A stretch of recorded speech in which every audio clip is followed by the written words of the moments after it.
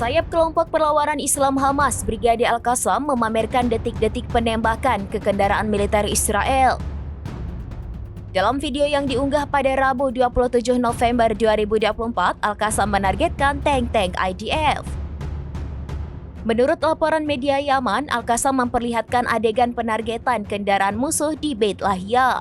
Penyerangan itu mereka lancarkan di kota Beit Lahia, sebelah utara jalur Gaza.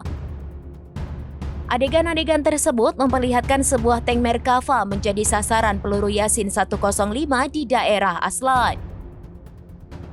Sementara tank Merkava lainnya menjadi sasaran peluru Yasin 105 di Jalan Al-Hatabiyah. Video tersebut juga memperlihatkan Al-Qassam merebut sebuah pesawat Israel selama misi intelijen di kota Beit Lahia.